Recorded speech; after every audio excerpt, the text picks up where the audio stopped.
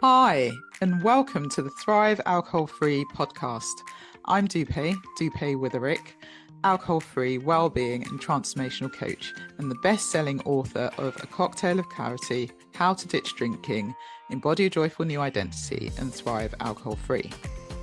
This podcast will show you that being alcohol free is not what the traditional narrative says. And even though alcohol is so ingrained in our society that it is okay to give yourself permission to stop drinking if you want to. And you do not have to wait until you hit rock bottom. It is certainly not boring, and I believe ditching drinking is just the start to living an extraordinary life. By getting rid of this one thing, it allows the doors to open to endless possibilities and opportunities. Each week, we will have guests on who are at various stages of the alcohol-free journey, from those who are curious to those who have been alcohol-free for years. We will also have experts on talking about different topics relating to alcohol and beyond. Through these conversations, you will discover what it means to thrive alcohol-free. Enjoy. Hi, and welcome to the latest episode of the Thrive Alcohol Free podcast. I'm Dupe, your host, and it's wonderful that you're here. I hope you're having a wonderful week. It has been very hot and sunny here in the UK, and we can't complain because it's been miserable for quite a while, but it's really lovely to see that summer's finally out. So I hope you're enjoying the sunshine, and it always brings up memories, doesn't it? I think if you were a drinker and you've stopped drinking, or if you've recently stopped drinking and you're thinking, oh my goodness, it's summer, you can absolutely do this. You're not giving up anything, you are only gaining. And just think JOMO, the joy of missing out, and not FOMO. Hopefully you've seen some benefits that have started to happen and you know why you're doing it. And so if that's the case, hopefully you're enjoying it, and make sure you get some mocktails. Remember, I've got my 10 must-have mocktails. So if you would like a copy of that, feel free to head to the link in the show notes below to get it. And it's been a fun week. I've recorded some podcasts. I've also been doing some human design sessions as well. So I'm excited about that. And I have a free gift for you. If you are ready to take a break, or you've recently stopped drinking, then I have my emotional freedom technique video for managing cravings. Well, really, it should help stop the cravings. So if you are finding that you still have those cravings at wine o'clock time and you're seeing yourself reach for the drink, then why not grab my EFT video? It's about 20 minutes. I talk about what cravings are and what they're not. And I then go through what emotional freedom technique is, and I go through an EFT that you can then go back to and do whenever you get cravings. So I will leave that in the show notes, and feel free to go and grab that video. Okay, so today we have Kenneth Watson on the podcast. So Kenneth is an army veteran, and he will be 8 years alcohol free in November this year. And he has the 12 Faces of Sober book, and 12 Faces of Sober is on all social media platforms, and you can check him out there. He's also recently become a dad. His son is now about 7 months old.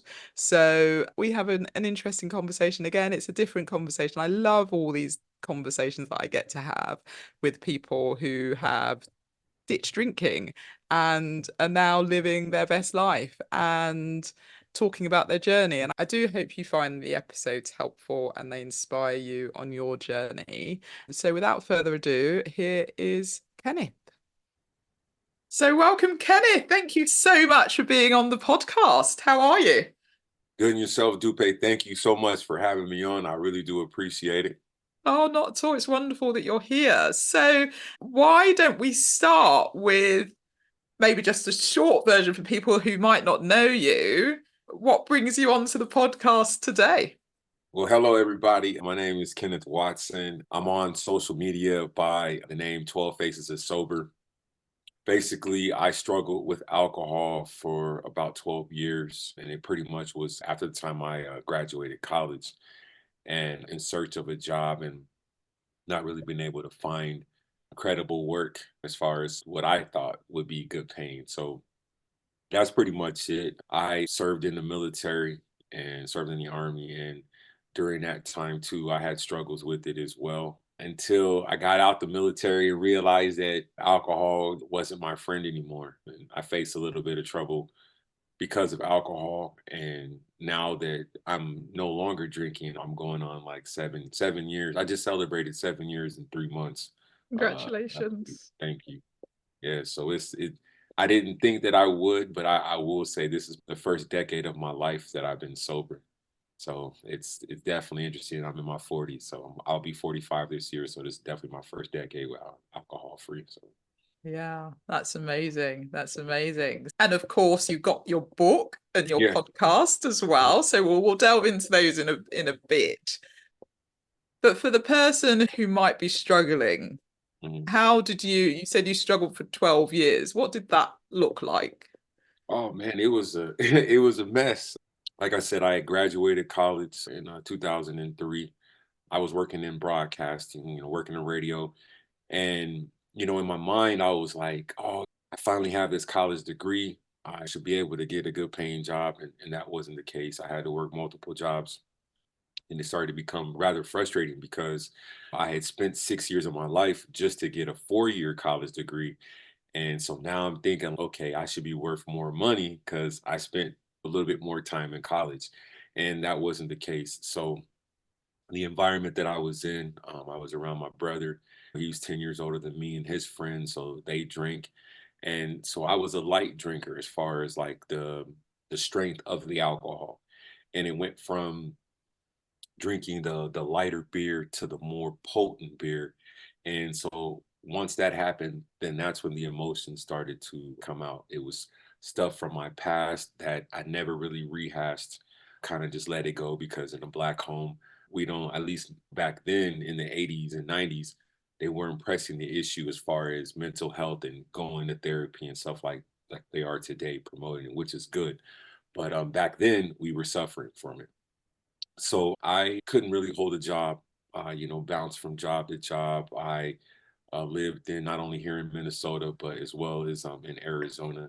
But Arizona was more of where I had my problems. And I started to get into relationships with women who were, I would say, out of my league. They were more in your face compared to the relationships that I was used to. And so it was not so much on my end, but it was verbal abuse. And so in my mind, I'm thinking, okay, do I deserve all of this? But I stayed in a lot of these relationships. And during that time, I continued to drink. And it was now me not wanting to go to work. And I would rather spend more time at home drinking, or I would work a week or two, get a paycheck, and go on a binge for a couple of weeks until that money runs out, and then go do it all over again, go back to work, make money, go back and drink. And so my first incident, I ran into some issues with the law back in 2000, and I think it was 2008. I spent a night in jail in Arizona for criminal damage. Very embarrassing moment because I lost my career. I lost where I was living. I was basically homeless. And so I had to come back up here to Minnesota to try to figure out life. And that was my first stint going to rehab. That was in December of 2008. Clearly, it didn't work, but I did have a plan. At that time, I decided that I wanted to join the military because I didn't have a place to live. I knew that I can get a guaranteed paycheck on the 1st and 15th. And so I went ahead and I joined, not knowing that I still had this problem of addiction and I was still faced with the issues of alcoholism. And if anybody knows, I don't know how it is as far as other, militaries in other countries, but the military here it's almost like it's welcomed as far as drinking. So it's kind of the Mm, norm. Okay, you yeah. work hard and then once you get off work, you're drinking. So that was pretty much what it was. And so for the next basically 6 years, I don't really know how I made it through my military career, but I did. And even during that time, I got sent to rehab for a second time. And even that second time going to rehab, it didn't work. And I would say the final time where it actually worked was when in 2016. right before I actually got sober on November 15th, I was having issues, I guess. Well, that's when I found out I had diabetes. And because of that, it was kind of like a reality check. It was like, okay, whatever the consumption of alcohol is doing to you, it's now affecting your health. So it's not even fun anymore. And so then that's when I realized, okay, yeah, it's time to give it up.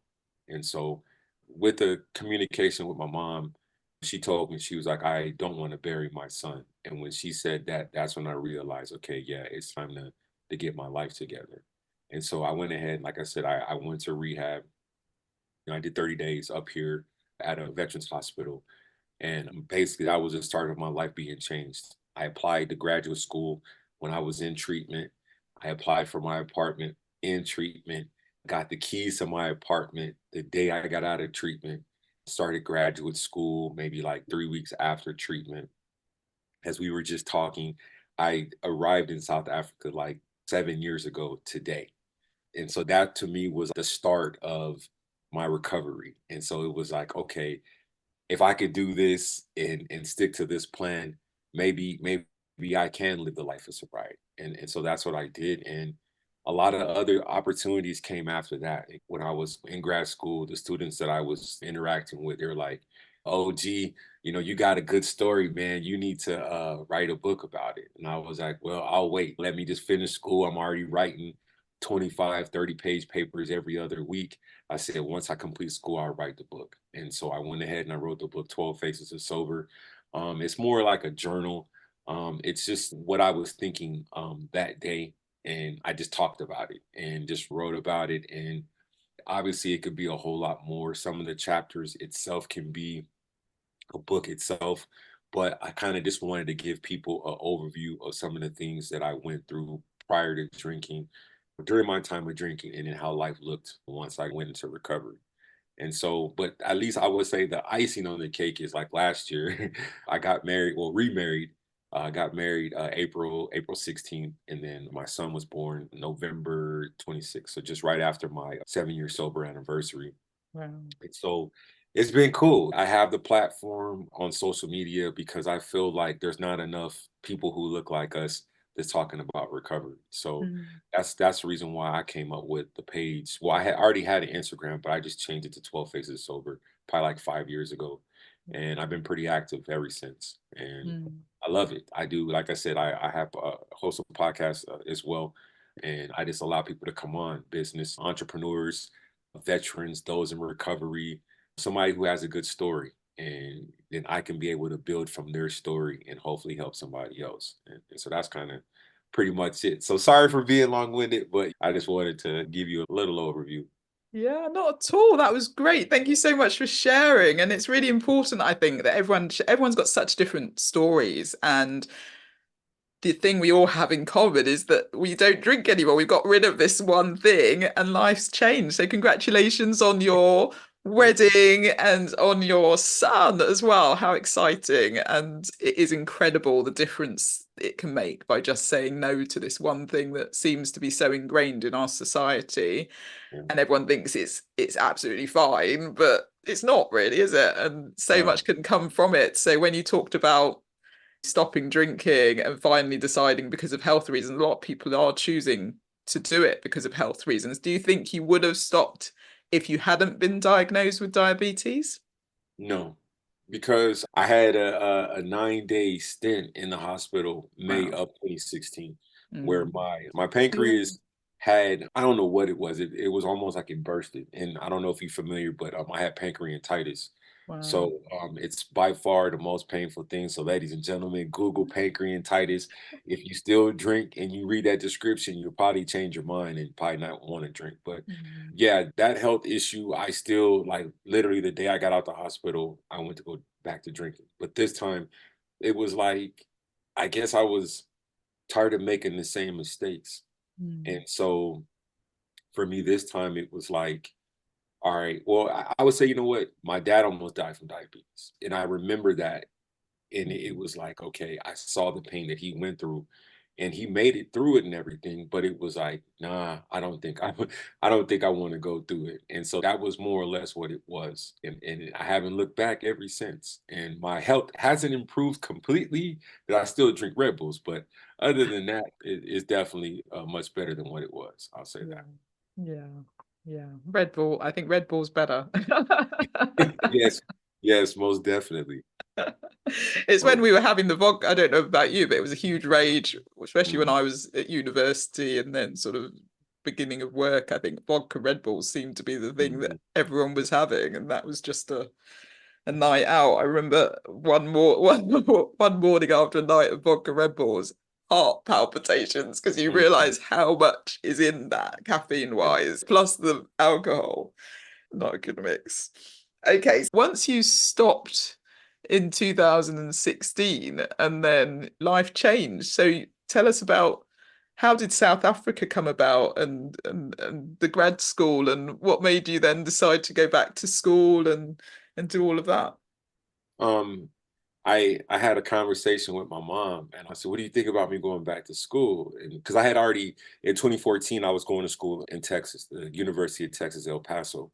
Mm, I was working on my master's then, mm, but then I was in transition of getting out the army, and I had decided to move from El Paso to Phoenix, Arizona. South Africa came about because I received my bachelor's degree from St. Cloud State University, and I went back and got my master's from the same institution. And so I had already did a study abroad in Mexico, and they had the South Africa trip back when I was during the undergrad. So my advisor was still there, and I was like, "Hey, you guys still going to South Africa?" And he was like, "Yeah." I said, "Sign me up," because with me being a veteran, it was going to be basically a free trip. So I didn't have to pay for anything. Airfare, hotel, all that was free. And so I was like, all right, I'll go ahead and go. And to me, I knew I wasn't going to have to do a lot of work as far as school. So mm, it was like, all right, this is your time to have that spiritual awakening. And so we're across the street from the beach when we were staying in Port Elizabeth. And so it was like, all right, I'll go out there, I'll just record content and then just sit there and then just kind of reflect like, what are you going to do with the rest of your life? You've failed at trying to stop drinking before. What's going to be different about this time? And for me, it was because, like I said, I was married before. And it was kind of one of those things where I knew that that marriage was over.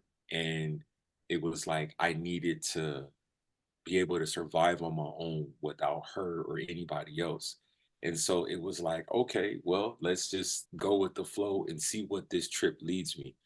And so when I came back to the States, it was like, all right, let's go. And I was actively participating in the community up in St. Cloud, working with the mayor, working with the police chief in the city, being mentors to people of color out there because up there they have a lot of race issues. The black population isn't that big.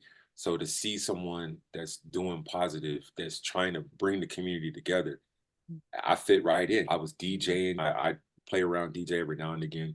I DJed at the mayor's house. I DJed for another event the mayor and the police chief had put on together. So it was just doing different things that I wasn't doing when I was drinking. So it kept me busy. And plus, too, graduate school was hard. So that to me was my AA was going to school because it kept me away from sitting in my apartment. It kept me from being close to a bar. It kept me away from those people who were still drinking. yeah, yeah. And I think that's really important. Just thinking about the listener, when you stop drinking, it's finding other things that aren't just the things you were doing before, so that you can start to see things slightly differently. So you described it as a spiritual awakening in South Africa. And so I imagine you had a bit of a epiphany in terms of this is what I want. And then you've just gone from there. And to say that you've not drunk for 7 years, that's incredible, isn't it? Yeah, because like I said, I tried to quit multiple times. Yeah. Before Yeah. that, 20, I think 2014, I had attempted to quit. Mm, That lasted a couple of days.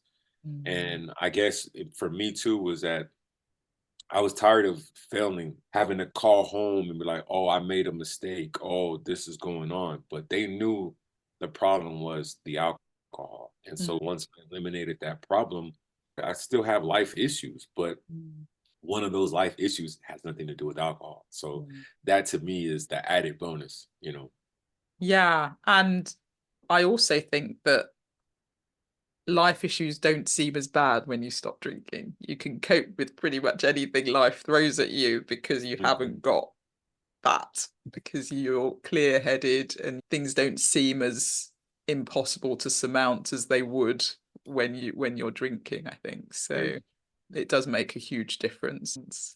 yes. Okay, so since then, as you say, you've been big in social media, you're really one of the key voices. What got you into doing all of that? Was that just more to give back, or and how have you found sort of growing your community Well, there? at first, I was the quiet person that, like, okay, I typed in sober and then just see what content I had. And I wouldn't really actively like their posts or comment, but I would look and read. Mm. But one thing is missing.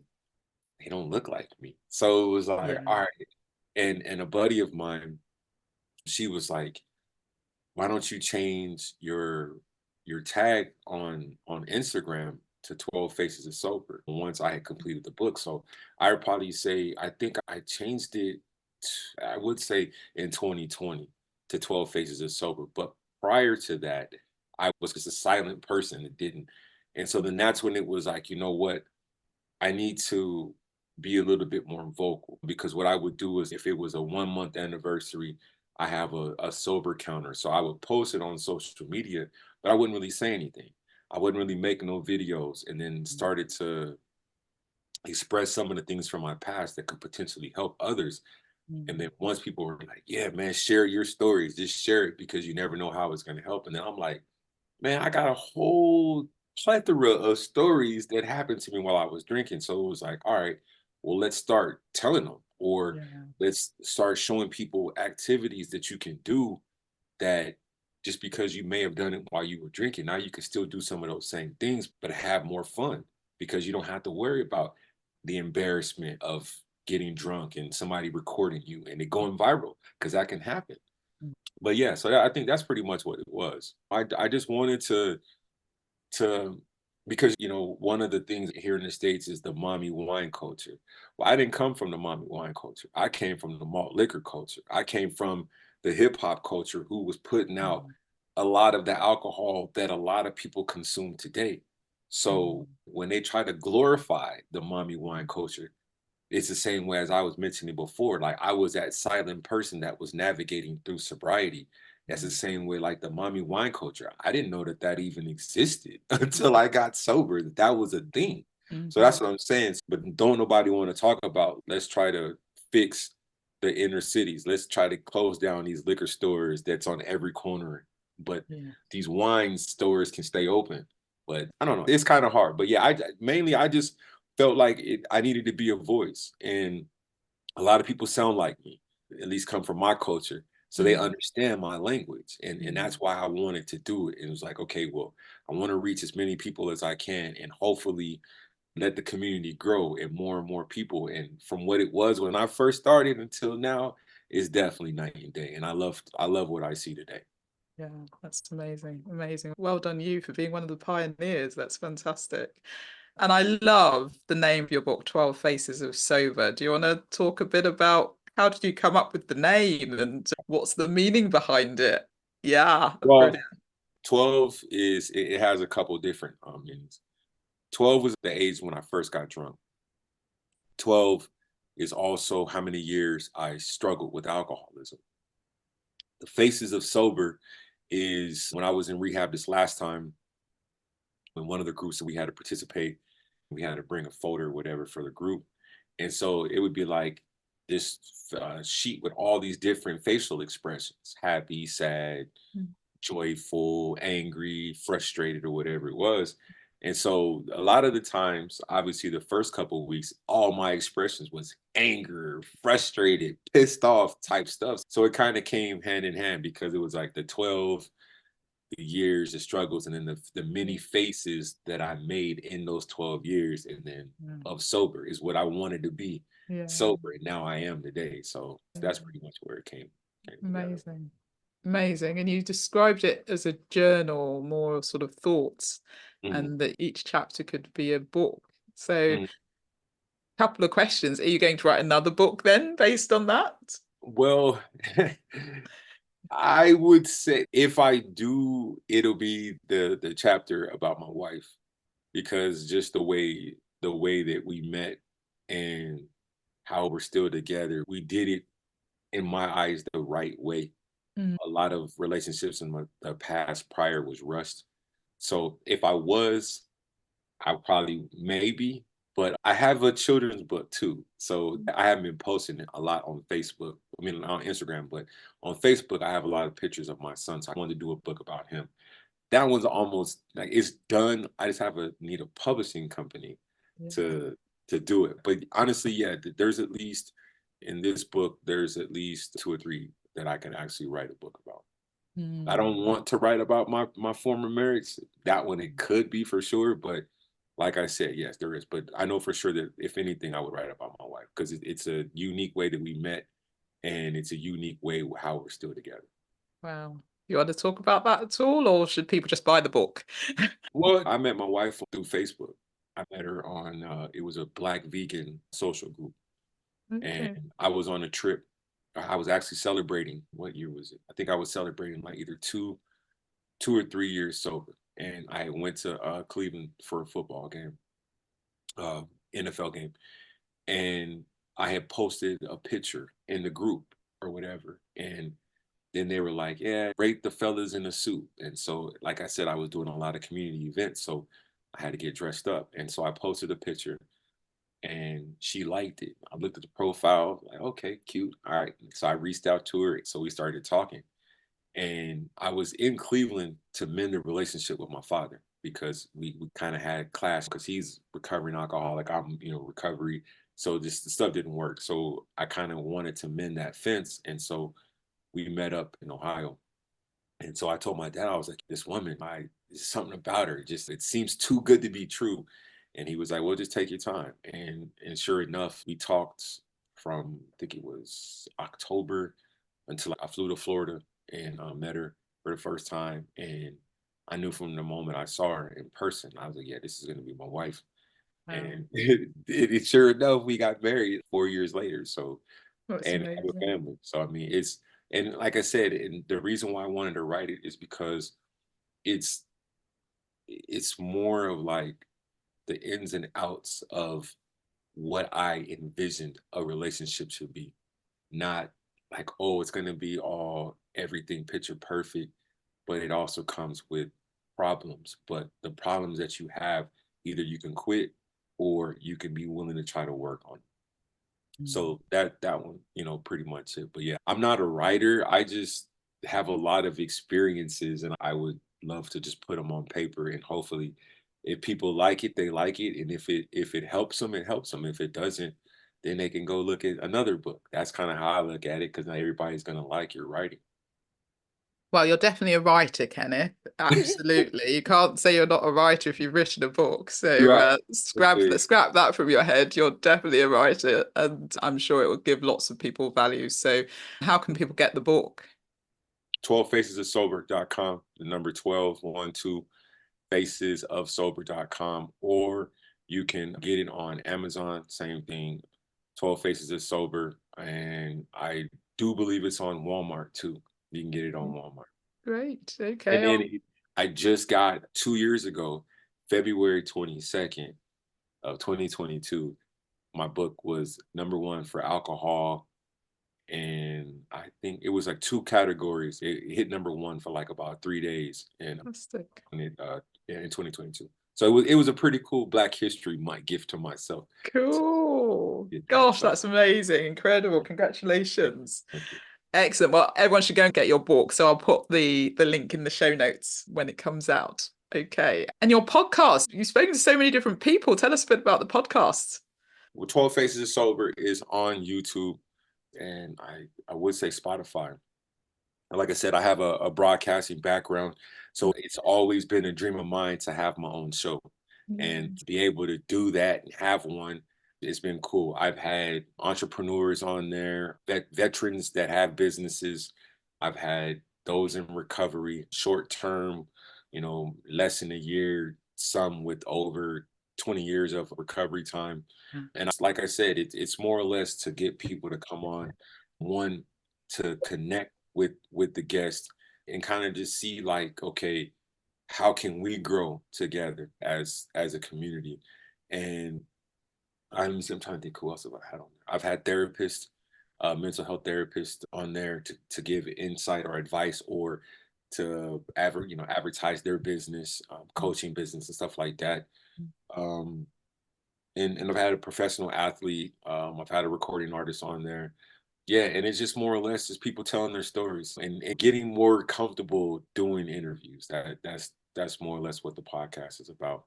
Yeah. And I'm going to continue to grow it. I have close to 100 episodes. Definitely want to have you on there as well. Oh, So I'd love to be on, definitely. we'll Thank you definitely so talk about much. that. Love to hear your story. But yeah, it's just more or less just trying to put the connections together as far as I've had multiple, ethnicities on there, but I have noticed that a lot of people that I've had on my podcast have connected with other people on my podcast as Mm, well. And they're good friends, you know what I'm saying? Just mm, based off of, oh, I was on his podcast, so was I. And so now they've made connections or they've followed each other because of just watching each other's podcasts. And so I just try to bridge the gap, open the doors, connect people, however, to this community. Because, like I said, when I started, I was a little spot in the cesspool, but now it's growing and more people are. It's okay to say, hey, I'm of color and I'm sober. You know what I mean? Before it was everybody was hiding and didn't want to disclose it. So now mm. keep talking, saying it loud because I love to hear. Yeah, absolutely. It is amazing. Even in the past year, it feels like so many people are wanting to share, and it's making it normal, which is fantastic because it Right. gets to the point where people actually appreciate they have a choice. And I Mm, think a lot of people feel that the only reason you stop drinking is if you've hit rock bottom or if something really terrible has happened or whatever. But more and more, especially in my community, in my space, people that I work with, people who know they want to stop drinking, they're not enjoying it, they're not at the point where they need some medical intervention. I don't work with people who need medical intervention, but it's more the grey area drinkers. But they're feeling like they can give themselves permission, which was something that is different to even just 2 or 3, 4, 5 years ago. People mm, just didn't, they felt that if they said that they weren't enjoying it or they decided they wanted to stop for whatever reason, they felt they'd be judged and that people would automatically think that they were in rehab or whatever the thing was.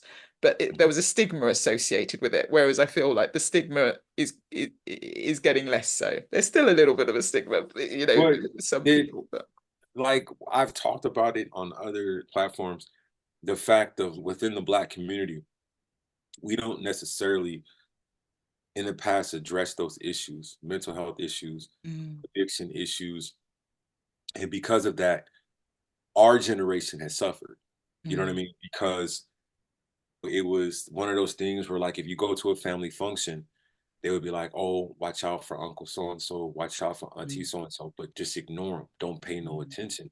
mm, Now it's kind of like caught in between the two, where it's like, okay, you got people that are videotaping those who are acting a fool, and then mm, now you having other people, the spaces where it's like, okay, mental health matters, mm, addiction matters. If you got these issues, fix it. Like, mm, social media wasn't talking about this, let alone 6 years ago, 10 years ago. And if it mm, was, they wasn't including us at the table. And mm. even now, we're still not fully, Yeah, you know what I yeah. mean? So that's why we have to create our own space. And that's where it was like, okay, I gotta talk, I gotta address the issues that I know that I'm facing, but others are also experiencing Mm. right now to this day. And so that's kind of why I did it. Yeah, fantastic. And you're also speaking. Tell us about the event you spoke at last year, which sounds amazing. Oh, well, it actually it was because it was a collaboration in between the veterans, They have, I ain't gonna say all universities and colleges have it, but they have a veterans office or veteran services. Mhm. So any veteran who goes to school, they can go in there. It's a lounge area. They have computers and all that stuff. And then on top of that, there was an alcohol or a substance abuse program on campus. And so they reached out to me and they were like, hey, we want you to come speak to not only the veterans, but the other students as well. So I did that. And I just pretty much told them, like, hey, I know what partying looks like. I partied on this campus from 2001 to 2003 when I started naming off various, some of those houses are still open, people still partying them. And it was good to be able to have my first speaking engagement at the university that I graduated from Yeah. because it makes it more at home because I can compare it to you hiring a public speaker from a different city and state and then having them come and try to motivate them. I've been here. I know Yeah. what the climate is like, what type of issues that goes on in the city as well as what goes on issues as far as a college student. So but yeah, it was cool. And like I said, it's a process because it's, when you do these public speakings, it's almost like you have to sell yourself. And I'm a one man band. So on top of the marriage and the baby. So now I have time more to try to put myself out there to do it a little bit more. So matter of fact, me and my wife were just talking about it yesterday. So I'm working on it and hopefully this year it'll take off like real soon. I'll be honest with you about that. Yeah, and how amazing to maybe go to other colleges and travel around the States and show people what life could be like alcohol free and just give them a bit of knowledge. I think that's the thing. Everyone feels that to be an adult, you have to drink. That's Mhm. the impression you get when you're 17, 18, 19 years old. So it's just an automatic thing, isn't it? There's no thought because it, as I said, it's so ingrained and we've all been Mhm. so brainwashed with it that there isn't another way. So to have someone like you go into colleges, tell them your story and encourage them and just give them the knowledge is fantastic. So I'm sure people will reach out and you'll get more and more of these opportunities. And I'm excited for you. Thank you. I hope so too. So if anybody out there, you can reach me 12 faces and sober at gmail.com if you want me to come speak to. I'll even go across the waters. I have a passport. So just know Yay! I am willing to travel anywhere. Yes. Fantastic, fantastic. Well, I hope to see more of your speaking gigs this year. So that's fantastic. Great. I appreciate it. Okay, so as you're probably aware, when we end, it's always with the one question. So, Kenneth, what does thriving alcohol-free mean to you? Ooh, thriving alcohol free. Um, mm, I would say being vulnerable. This is a process of getting to know yourself. Yeah. So it's kind of like a clean slate. And so whatever you put on that paper, it could be positive or it could be negative. But I'm tired of the negative things happening in my life. So I hope that in the last 7 years I've been able to get better each year.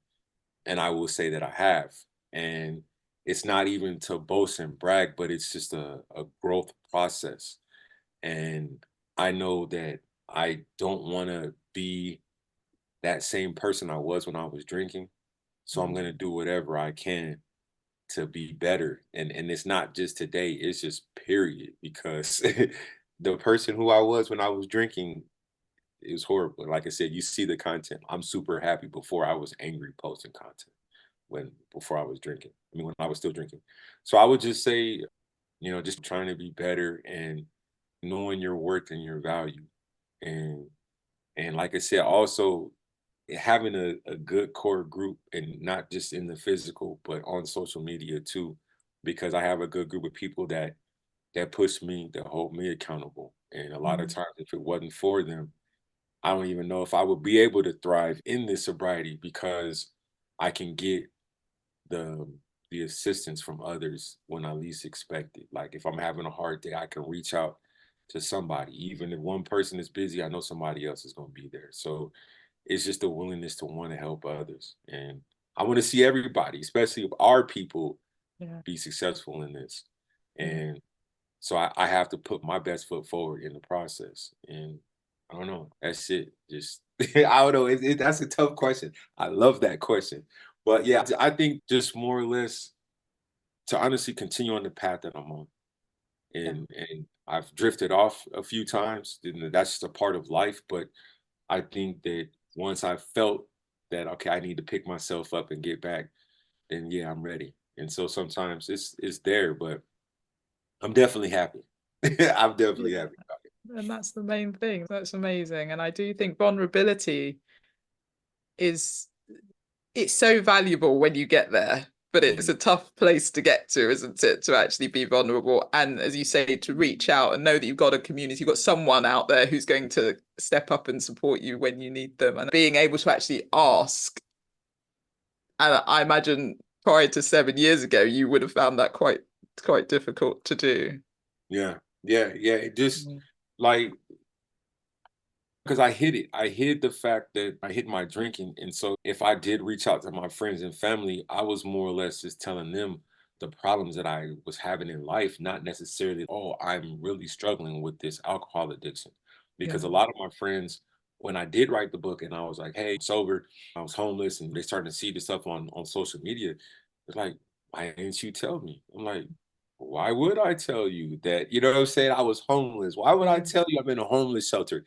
That's not, you know what I mean? That's not something that you want to brag about. And I wasn't putting it on social media. Like I was still posting stuff on social media, but Yeah. I just was in a homeless shelter. Yeah. But Amazing. yeah, I don't know. I like this life. I do because in a way, it's like, damn, if I knew life was gonna be like this, I would have got sober a long time ago. Like I don't, seriously. yeah, I don't think you're the first person to say that. I think we all think the same thing. Why did we not know this before?